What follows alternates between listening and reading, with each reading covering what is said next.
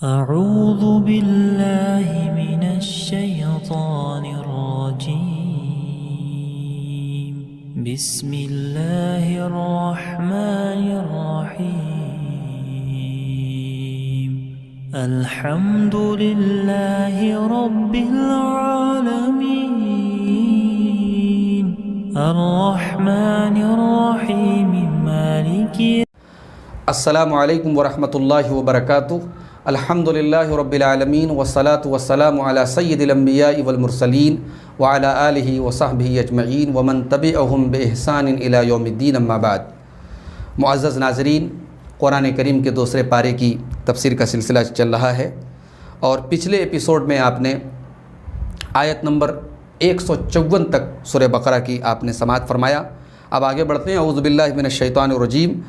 وَلَنَبْلُوَنَّكُمْ بِشَيْءٍ مِّنَ الْخَوْفِ وَالْجُوعِ وَنَقْصٍ مِّنَ الْأَمْوَالِ وَالْأَنفُسِ وَالثَّمَرَاتِ.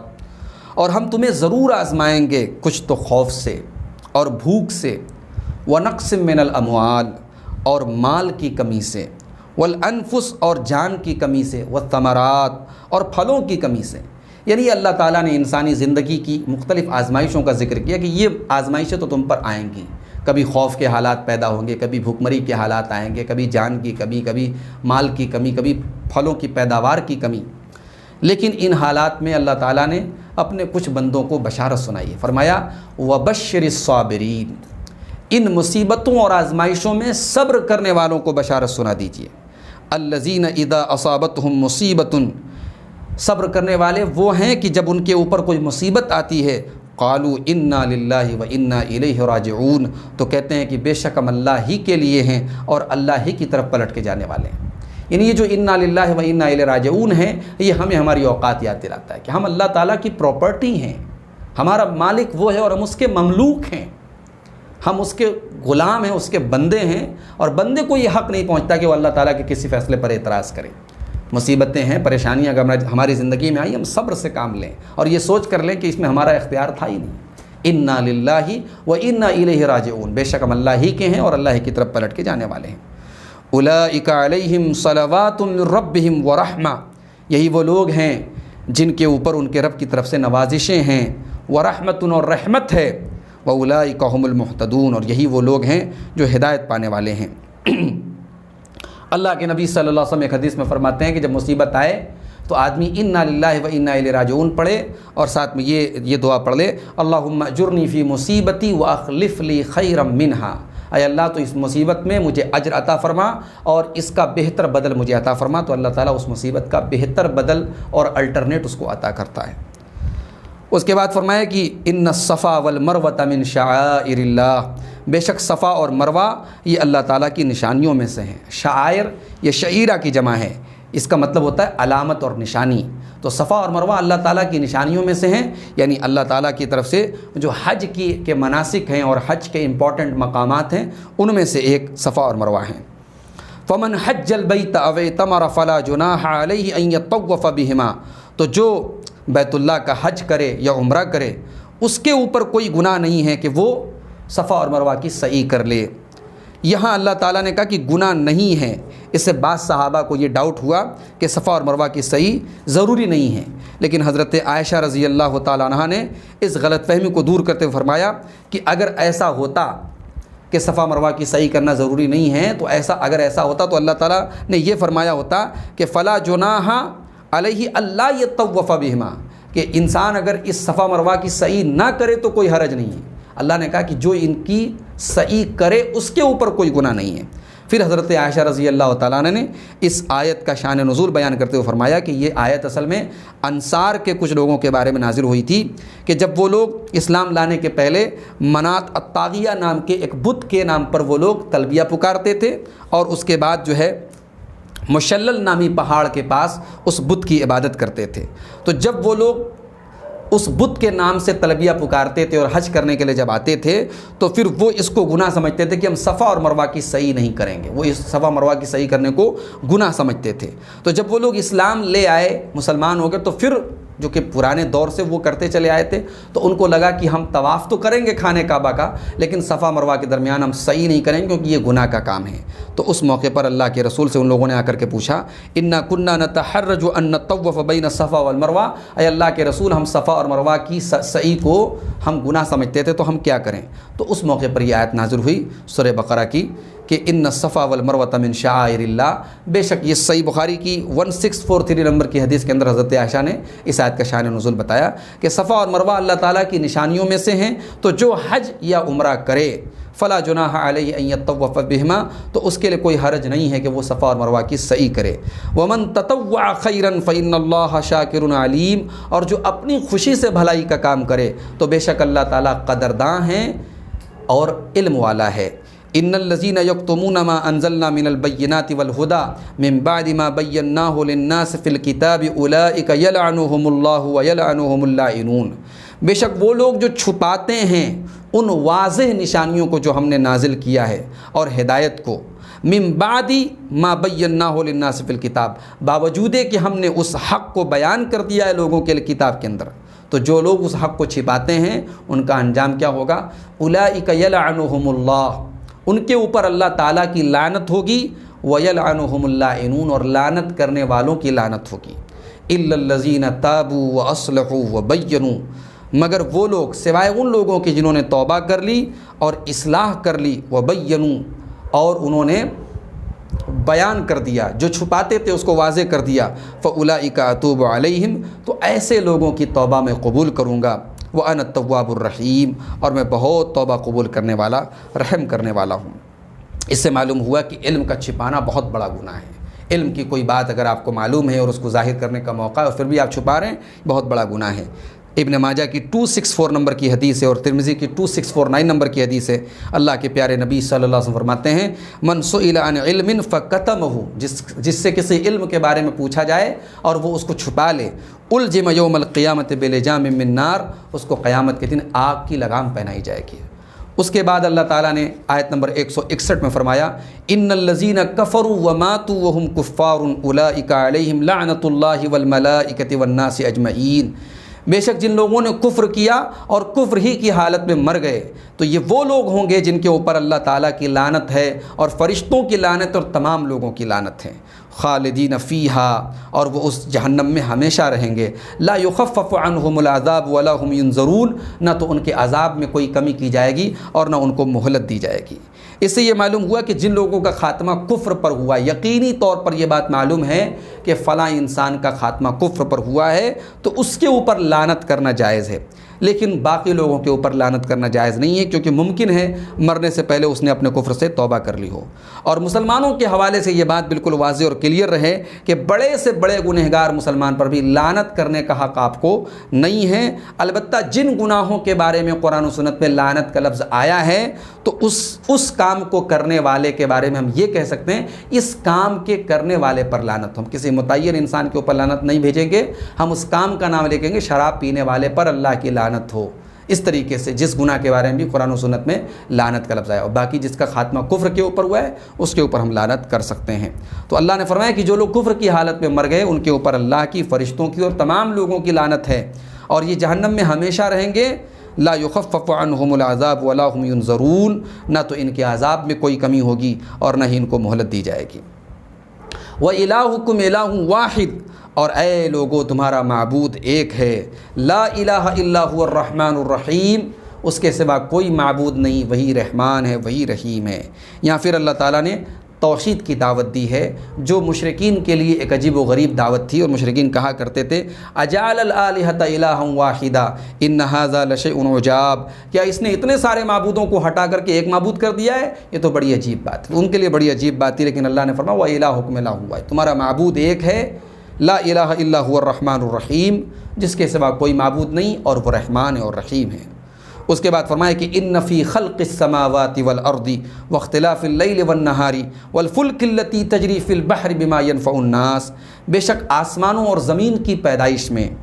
اور رات اور دن کے آنے جانے میں، والفلک التی تجری فی البحر، اور ان کشتیوں میں جو سمندر میں چلتی ہیں، بما ينفع الناس، جس سے لوگوں کو فائدہ پہنچتا ہے، وما انزل اللہ من السماء من ماء، اور اس پانی میں جو اللہ نے آسمان سے اتارا ہے، فَأَحْيَا بِهِ الْأَرْضَ، اور پھر اس پانی سے اللہ تعالیٰ نے زمین کو زندہ کیا، بعد موتها، اس کی موت کے بعد زمین مردہ پڑی تھی، بارش سے اللہ نے زمین کو زندہ کیا،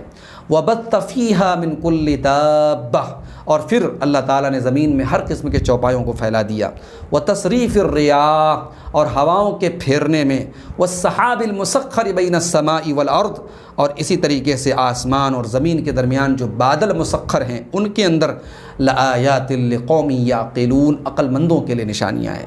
یہ جو آیت ہے بڑی جامع آیت ہے، اور اس میں اللہ تعالیٰ نے کائنات کی تخلیق اور کائنات کے انتظام اور تدبیر کے تعلق سے بڑے اہم چیزوں کو اکٹھا کر دیا ہے۔ سب سے پہلے اللہ تعالیٰ نے کہا کہ آسمان و زمین کو دیکھو، آسمان و زمین کی وسعت اور ان کی لمبائی چوڑائی انسان کو حیران کر دینے والی ہے۔ کیا اتنا لمبا چوڑا آسمان اور اتنی وسیع و عریض زمین، کیا یہ اللہ تعالیٰ کے وجود پر اور اللہ تعالیٰ کے مالک اور خالق ہونے پر دلالت نہیں کرتے؟ اسی طریقے سے اللہ تعالیٰ نے رات و دن کی گردش کا جو نظام بنایا، صرف دن ہوتا آرام مشکل ہوتا، صرف رات ہوتی کام مشکل ہوتا۔ اللہ تعالیٰ نے رات و دن کی گردش کا جو نظام بنایا کہ کام بھی ہو آرام بھی ہو، معاش کا سسٹم بھی چلے اور انسان کو سکون اور راحت بھی ملے، کیا اس کے اندر اللہ تعالیٰ کی نشانیاں نہیں ہیں؟ اس کے بعد اللہ تعالیٰ نے سمندر کو چیرنے والی کشتیوں کا ذکر کیا کہ یہ بڑی بڑی کشتیاں اور جہاز جو زمین میں جو پانی میں چلتے ہیں اور جس سے تجارتی سفر بھی ہوتے ہیں اور سامان ادھر ادھر تم منتقل کرتے ہو، کیا اللہ تعالیٰ کی نشانیاں ان کے اندر نہیں ہیں؟ پھر اس کے بعد بارش کا ذکر کیا اللہ تعالیٰ نے کہ بارش جو زمین سے سبزہ اگانے کے لیے ضروری ہے، زمین کی زندگی کے لیے ضروری ہے، اس بارش کو دیکھو۔ پھر اللہ تعالیٰ نے مختلف چوپائے بنائے، جانور بنائے، کوئی سواری کا کام کرتا ہے، کوئی تمہاری خوراک کا کام کرتا ہے، کسی سے تمہیں دودھ ملتا ہے، کسی کے کھال سے تمہیں اون ملتا ہے۔ ان جانوروں اور ان چوپایوں کے اندر کیا اللہ تعالیٰ کی نشانیاں نہیں ہیں؟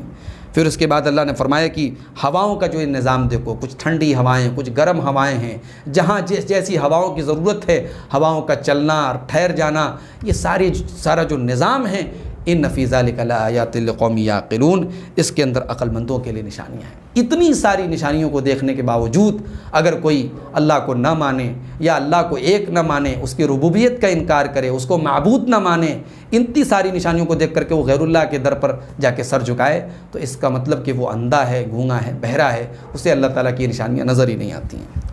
اس کے بعد اللہ تعالیٰ نے آیت نمبر 165 میں فرمایا کہ وَمِنَ النَّاسِ مَن يَتَّخِذُ مِن دُونِ اللَّهِ أَندَادًا يُحِبُّونَهُمْ كَحُبِّ اللَّهِ، لوگوں میں کچھ ایسے لوگ ہیں جو اللہ کو چھوڑ کر کے کچھ لوگوں کو اللہ کا شریک بنا لیتے ہیں۔ يُحِبُّونَهُمْ كَحُبِّ اللَّهِ، اور ان سے ویسی محبت کرتے ہیں جیسی اللہ سے کرنی چاہیے۔ وَالَّذِينَ آمَنُوا أَشَدُّ حُبًّا لِلَّهِ، اور جو ایمان والے ہیں وہ سب سے زیادہ اللہ سے محبت کرتے ہیں۔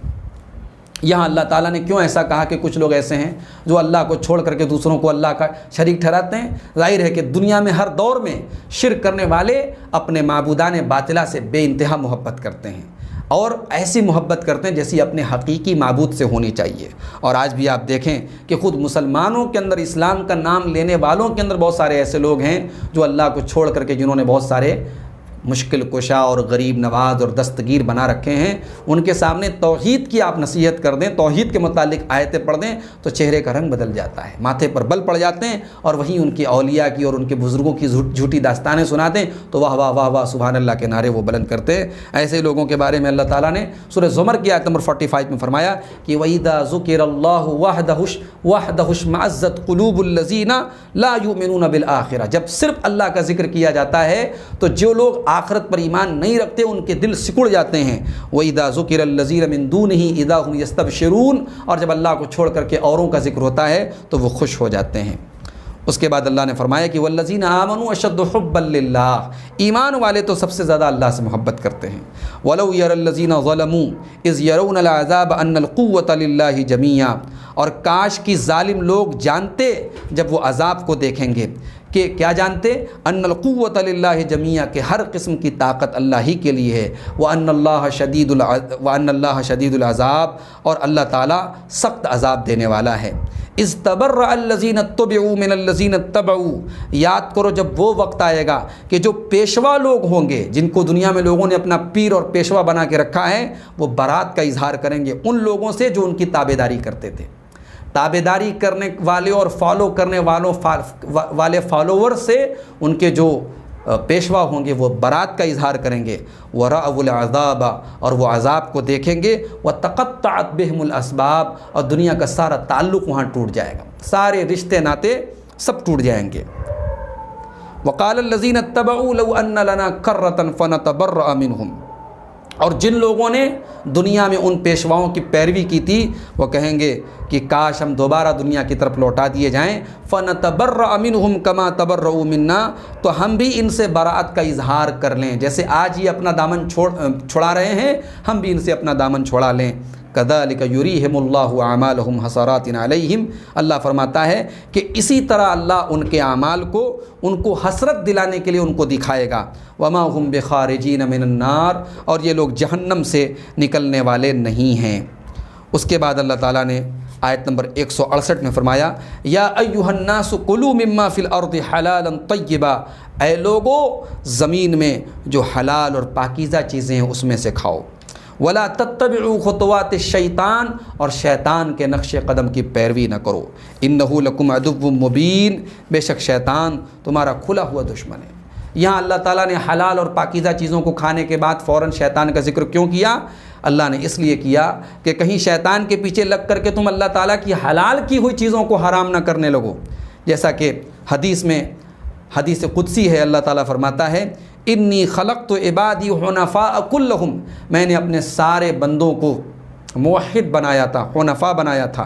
وَإِنَّهُمْ أَتَتْهُمُ الشَّيَاطِينُ لیکن پھر شیطان میرے بندوں کے پاس آئے، فَاجْتَالَتْهُمْ عَنْ دِينِهِمْ اور شیطانوں نے میرے بندوں کو ان کے دین سے بہکا دیا، وَحَرَّمَتْ عَلَيْهِمْ مَا أَحْلَلْتُ لَهُمْ اور جو چیزیں میں نے اپنے بندوں کے لیے حلال کی تھیں شیطان نے حرام کر دی۔ مشرکین کیا کرتے تھے؟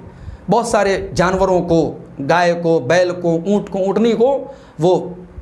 اپنے بتوں کے نام پہ چھوڑ دیتے تھے اور کہتے تھے اس کا گوشت ہمارے لیے حرام ہے، اس کا دودھ ہمارے لیے حرام ہے۔ تو اللہ نے فرمایا کہ نہیں، ولا تتبعوا خطوات الشیطان شیطان کی پیروی نہ کرو، انہ لکم عدو مبین بے شک شیطان تمہارا کھلا ہوا دشمن ہے۔ انما یامرکم بالسوء والفحشاء شیطان تم کو برائی کا اور بے حیائی کا حکم دیتا ہے، وان تقولوا علی اللہ ما لا تعلمون اور اس بات کا حکم دیتا ہے کہ تم اللہ کے بارے میں وہ بات کہو جس کا تم علم نہیں رکھتے۔ وَإِذَا قِيلَ لَهُمُ اتَّبِعُوا مَا أَنزَلَ اللَّهُ قَالُوا بَلْ نَتَّبِعُ مَا أَلْفَيْنَا عَلَيْهِ آبَاءَنَا اور جب ان سے کہا جاتا ہے کہ پیروی کرو اس کی جو اللہ نے نازل کیا ہے تو کہتے ہیں نہیں، ہم پیروی تو اس کی کریں گے جس پر ہم نے اپنے باپ دادا کو پایا ہے۔ اَوَلَوْ كَانَ آبَاؤُهُمْ لَا يَعْقِلُونَ شَيْئًا وَلَا يَهْتَدُونَ کیا تب بھی جب کہ ان کے باپ دادا کوئی چیز کی عقل نہ رکھتے رہے ہوں اور نہ وہ ہدایت پر رہے ہوں؟ ظاہر ہے کہ شریعت کے دلائل کے مقابلے میں اپنے باپ دادا کی اندھی تقلید کرنا یہ غلط ہے، لیکن افسوس کی بات یہ ہے کہ آج مسلمانوں کی بھی ایک بڑی تعداد جو ہے اس اندھی آبا پرستی میں مبتلا ہے اور اپنے باپ دادا کے رسم و رواج اور غلط چیزوں کو چھوڑنے کے لیے تیار نہیں ہیں۔ وَمَثَلُ الَّذِينَ كَفَرُوا كَمَثَلِ الَّذِي يَنْعِقُ بِمَا لَا يَسْمَعُ إِلَّا دُعَاءً وَنِدَاءً اور کافروں کی مثال تو اس شخص کی طرح ہے جو زور زور سے چلا کر کے ایسے لوگوں کو آواز دیتا ہے، بما لا يسمع الا دعاء و نداء جو نہیں سنتے ہیں مگر صرف پکار اور آواز۔ جیسے ایک چرواہا ہوتا ہے جو جانوروں کو چلا چلا کے پکارتا ہے، لیکن جانوروں کو صرف اس چلانے والے کی چیخ اور پکار سنائی دیتی ہے، وہ کیا کہہ رہا ہے اور کیوں کہہ رہا ہے، اس کا مقصد کیا ہے، جانوروں کو اس سے کوئی مطلب نہیں ہوتا۔ تو اللہ تعالیٰ نے فرمایا کہ ان کافروں کی مثال اسی کی طرح ہے، کمثل الذی ینعق بما لا یسمع الا دعاء و نداء ان کی مثال اس شخص کی طرح ہے جو چلا چلا کے ان کو پکارتا ہے، بما لا یسمع الا دعاء و نداء جو نہیں سنتے ہیں مگر صرف پکار اور آواز۔ صم بکم عمی فہم لا یعقلون یہ بہرے ہیں، یہ گونگے ہیں، یہ اندھے ہیں، یہ عقل نہیں رکھتے۔ یہ اللہ تعالیٰ نے ظاہر ہے کہ ان لوگوں کی مثال دی ہے کہ جو باپ دادا کی تقلید میں اور ان کی اندھی اتباع میں اتنے بہرے ہو گئے ہیں کہ حق کو سن نہیں سکتے اور گونگے ہو گئے ہیں، حق ان کی زبان سے نکلتا نہیں ہے، اور اسی طریقے سے اندھے ہو گئے ہیں، حق ان کو نظر نہیں آتا ہے۔ تو اللہ تعالیٰ نے فرمایا صم بکم عمی فہم لا یعقلون یہ بہرے ہیں اور گونگے ہیں اور اندھے ہیں، یہ عقل نہیں رکھتے۔ تو یہ آیت نمبر 171 تک آج ہم لوگوں نے پڑھا ہے۔ ان ٹوٹل تقریباً ہم لوگوں نے 17 آیات آج پڑھی ہیں۔ ان 17 آیات میں جو بنیادی پوائنٹس ہم نے پڑھے ہیں، سب سے پہلی چیز ہمیں یہ معلوم ہوئی کہ اللہ تعالیٰ نے جو آزمائش کا نظام بنایا ہے، اللہ تعالیٰ کبھی کبھی ہمیں مصیبتوں سے آزماتا ہے، بیماریوں سے آزماتا ہے، خوف سے آزماتا ہے، بھوک سے آزماتا ہے۔ یہ نظام اللہ تعالیٰ کا جو ہے یہ کھرے اور کھوٹے کو الگ کرنے کے لیے۔ اگر ہمیشہ راحت اور آسانی ہوتی اور کبھی پریشانی نہ آتی تو پھر ظاہر ہے کہ اہل خیر اور اہل شر میں فرق کرنا مشکل ہو جاتا۔ مصیبتوں اور پریشانیوں میں جو اپنے آپ کو دین اور ایمان پہ جما کے رکھے تو اس سے امتیاز آسان ہو جاتا ہے، اس سے فرق آسانی سے ہو جاتا ہے کہ کون اللہ تعالیٰ کے دین پر چلنے والا ہے اور کون دین سے ہٹنے والا ہے۔ دوسری چیز ہمیں انا للہ و انا الیہ راجعون کا فلسفہ معلوم ہوا کہ ہم جب انا للہ و انا الیہ راجعون کہتے ہیں تو ہم اس بات کا اقرار کرتے ہیں کہ ہم سب اللہ تعالیٰ کی ملکیت ہیں، نہ جان ہماری ہے نہ مال ہمارا ہے، تو پھر جو نقصان ہوا، جو ٹریجڈی ہوئی، جو مصیبت ہوئی، اس پر ہم واویلا کیوں کریں گے، ہم نوحہ کیوں پڑھیں گے، ہم اللہ تعالیٰ کو ناراض کرنے والے کام کیوں کریں؟ ہم انا للہ و انا الیہ راجعون پڑھ کے یہی اقرار کرتے ہیں۔ اور و انا الیہ راجعون جب ہم کہتے ہیں تو ہم آخرت کو بھی یاد کر لیتے ہیں، ہم اللہ ہی کی طرف پلٹ کے جانے والے۔ جب ہم یہ کہتے تو ہمیں آخرت کی یاد آتی ہے کہ دنیا میں اگر یہ دکھ ہے تو ایک ایسی دنیا بھی ہے جہاں کوئی دکھ نہیں ہوگا انشاءاللہ، جنت کی دنیا۔ آخرت کو یاد کر کے ہم اپنے اس دکھ کو بھول جائیں، یہ انا للہ و انا الیہ راجعون کا فلسفہ ہے۔ اس کے بعد ایک سبق یہ بھی معلوم ہوا کہ علم کو جو لوگ چھپاتے ہیں، کتمان علم، یہ بہت بڑا جرم ہے اور یہ جو ہے لعنت کا سبب ہے۔ اس کو کرنے والے پر اللہ تعالیٰ کی لعنت ہوتی ہے اور وہ اللہ کی رحمت سے دور ہو جاتا ہے۔ اسی طریقے سے ایک سبق یہ ملا کہ جو عالم ربانی ہوتا ہے، جو صحیح معنوں میں عالم ہوتا ہے، اللہ کے رسول کی حدیث ہے، اس کے لیے زمین و آسمان کی تمام چیزیں مغفرت کی دعا کرتی ہیں۔ اور جو عالم سو ہوتا ہے، برا عالم ہوتا ہے، حق کو چھپانے والا عالم ہوتا ہے، اللہ نے فرمایا یلعنہم اللائنون، لعنت کرنے والے اس کے اوپر لعنت کرتے ہیں۔ یہ فرق ہے عالم ربانی میں، ایک کے لیے سب لوگ استغفار کر رہے ہیں اور ایک کے لیے سب لعنت کر رہے ہیں، یہ فرق ہے دونوں میں۔ ایک سبق یہ ملا کہ اللہ تعالیٰ کی مختلف نشانیاں کائنات کے اندر، اس میں ایک بڑی اہم نشانی ہے تصریف الریاح، ہواؤں کا پھیرنا۔ یہ جو ہوائیں چلتی ہیں مختلف جہتوں سے ہواؤں کا چلنا، یہ اللہ کی بہت بڑی نشانی ہے۔